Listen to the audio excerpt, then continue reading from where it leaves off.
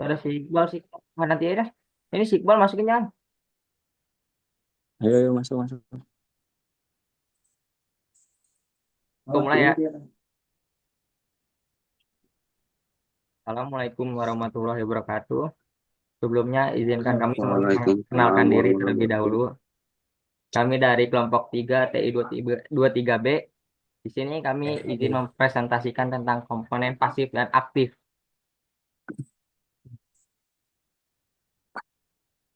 Di sini ada anggota kelompok kami. Di sini ada Yosiritan, Faik Ramadan, Rizal Dwiki, Yoga, Rajik, Widya Nadli, Iqmal, Aska, Diki, dan Iqbal. Di sini kita ambil judul dengan penyiraman otomatis pada tanaman hidroponik. Yang di sini ada komponen pasif aktifnya. Komponen pasifnya di sini terdiri dari resistor, kabel jumper, breadboard, selang air, dan wadah air. Dan komponen aktifnya di sini pakai Arduino Uno, sensor kelembapan tanah, relay modul, pompa air mini DC. Oke, selanjutnya.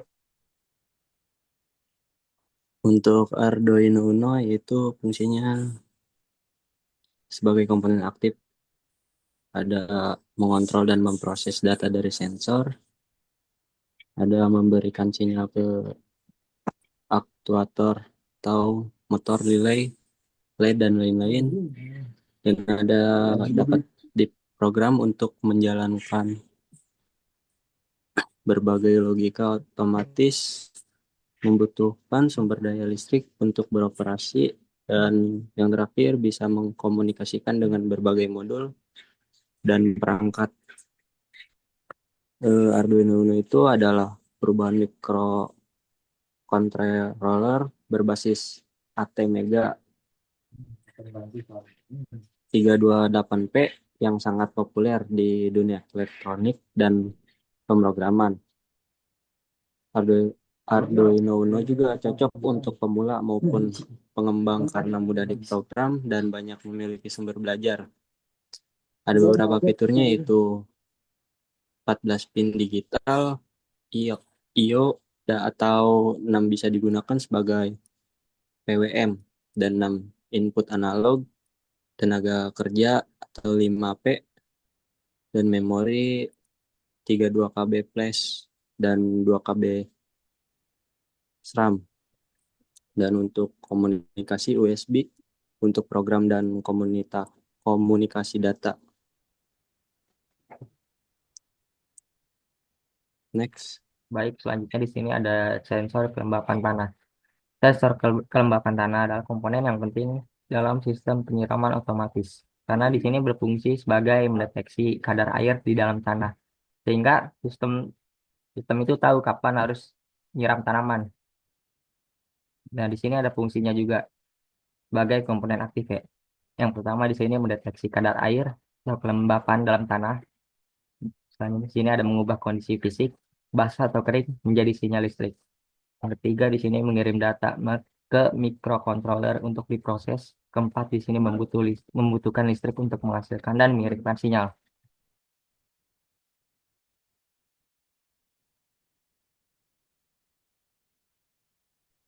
Untuk relay modular, yaitu fungsi modular sebagai komponen aktif, adalah mengendalikan arus listrik bertenaga tinggi dengan sinyal bertenaga rendah dan berfungsi sebagai saklar otomatis dikontrol oleh microcontroller seperti Arduino Uno. Membutuhkan listrik untuk mengaktifkan kumparan elektromagnetik di dalamnya, dan dapat menghubungkan atau memutus arus AC atau DC secara otomatis. Yang dimaksud dengan relay modular itu adalah modul elektronik yang memungkinkan Arduino Uno mengontrol perangkat bertenaga tinggi seperti lampu AC, pompa, atau peralatan rumah tangga lainnya. Relay bekerja seperti saklar elektronik yang dikendalikan oleh sinyal atau Arduino, dan komponen utamanya itu ada relay, transistor, dan diode, dan yang terakhir optocoupler. Ada beberapa modul. Nah, untuk contoh penggunaannya itu Ketika Arduino Uno mengeluarkan sinyal HIG-H atau 5 pi ke pin input relay, maka relay akan menutup sirkuit AC dan menghidupkan alat, misalnya lampu.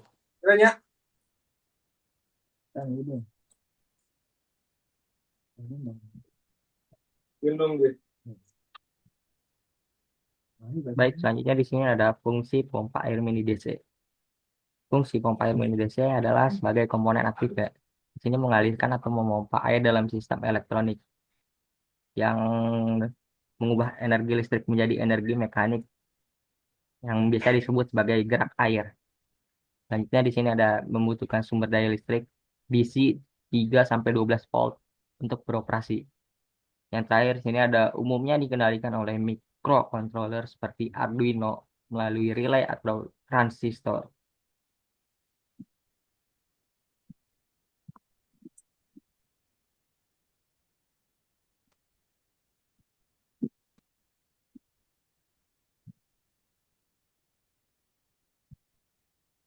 Selanjutnya di sini ada resistor ya. Resistor adalah komponen elektronik pasif yang berfungsi untuk menghambat atau membatasi arus listrik dalam suatu rangkaian. Di sini fungsi resistor itu sebagai komponen pasif, menghambat aliran arus listrik dalam rangkaian, menurunkan tegangan sesuai kebutuhan, melindungi komponen elektronik dari arus berlebih, tidak menghasilkan atau memperkuat sinyal, tidak memerlukan sumber daya untuk bekerja. Di sini ada jenis-jenis resistor secara fisik. Pertama, di sini ada resistor tetap atau fixed resistor, nilainya tidak berubah. Yang kedua, resistor variabel atau potentiometer. Nilai resistensi bisa diatur manual. Yang ketiga di sini ada LDR atau light dependent resistor. Itu artinya nilainya berubah tergantung cahaya. Yang keempat di sini ada NTC atau PTC. Yang artinya di situ resistor yang berubah nilainya sesuai suhu. Cabut gana, bang kerajaan.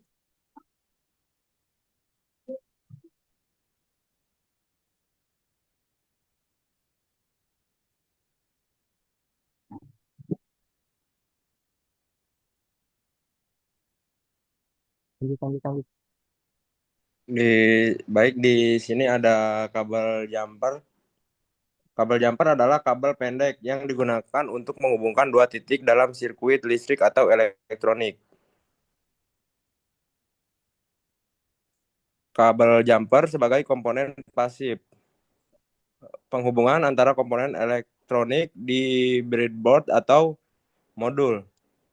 Tidak memerlukan listrik untuk berfungsi. Tidak memproses, menyimpan, atau menghasilkan sinyal. Hanya berfungsi sebagai pengantar arus atau sinyal. Perannya dalam sistem elektronik yang pertama termasuk komponen pasif karena hanya mengantarkan listrik atau sinyal. Yang kedua, sinyal dalam prototyping untuk menghubungkan sensor, aktuator, dan modul ke microcontroller.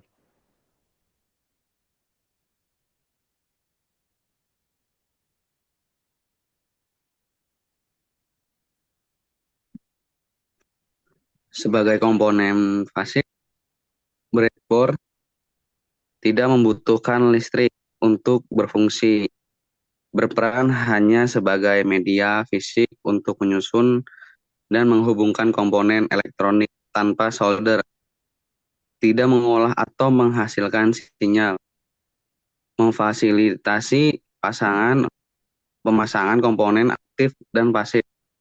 Perannya dalam sistem elektronik yaitu bukan komponen elektronik aktif maupun pasif secara fungsional, tapi komponen mekanik pendukung, menyediakan jalur koneksi internal untuk menguji dan merancang rangkaian sementara.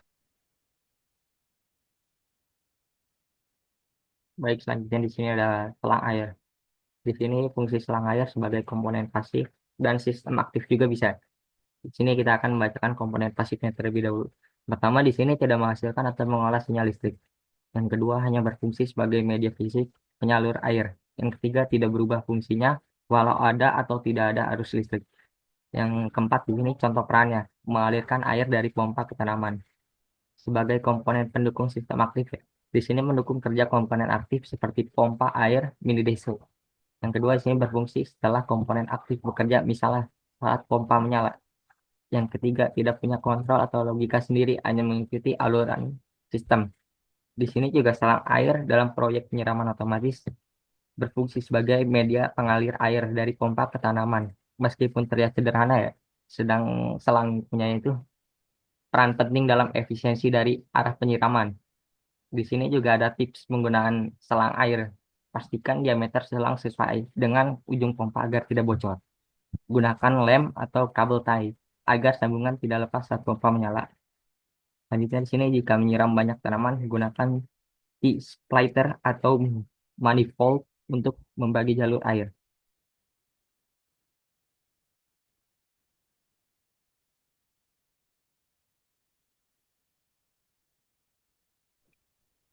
Di sini ada tandon atau wadah air. Adalah wadah penyimpanan air yang digunakan sebagai sumber air utama untuk menyiram tanaman secara otomatis. Dalam sistem ini berfungsi menggantikan peran keran air atau saluran PDAM.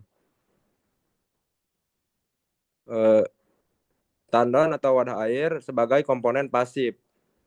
Yang pertama ada menyimpan air sebagai cadangan untuk sistem irigasi atau penyiraman otomatis.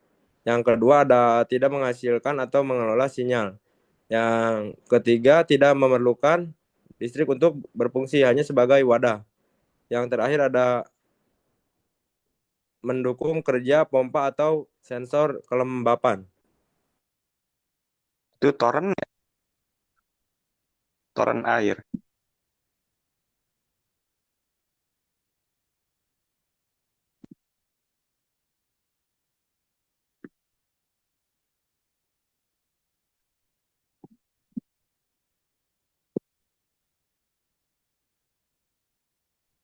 Bal, penutupan, Bal.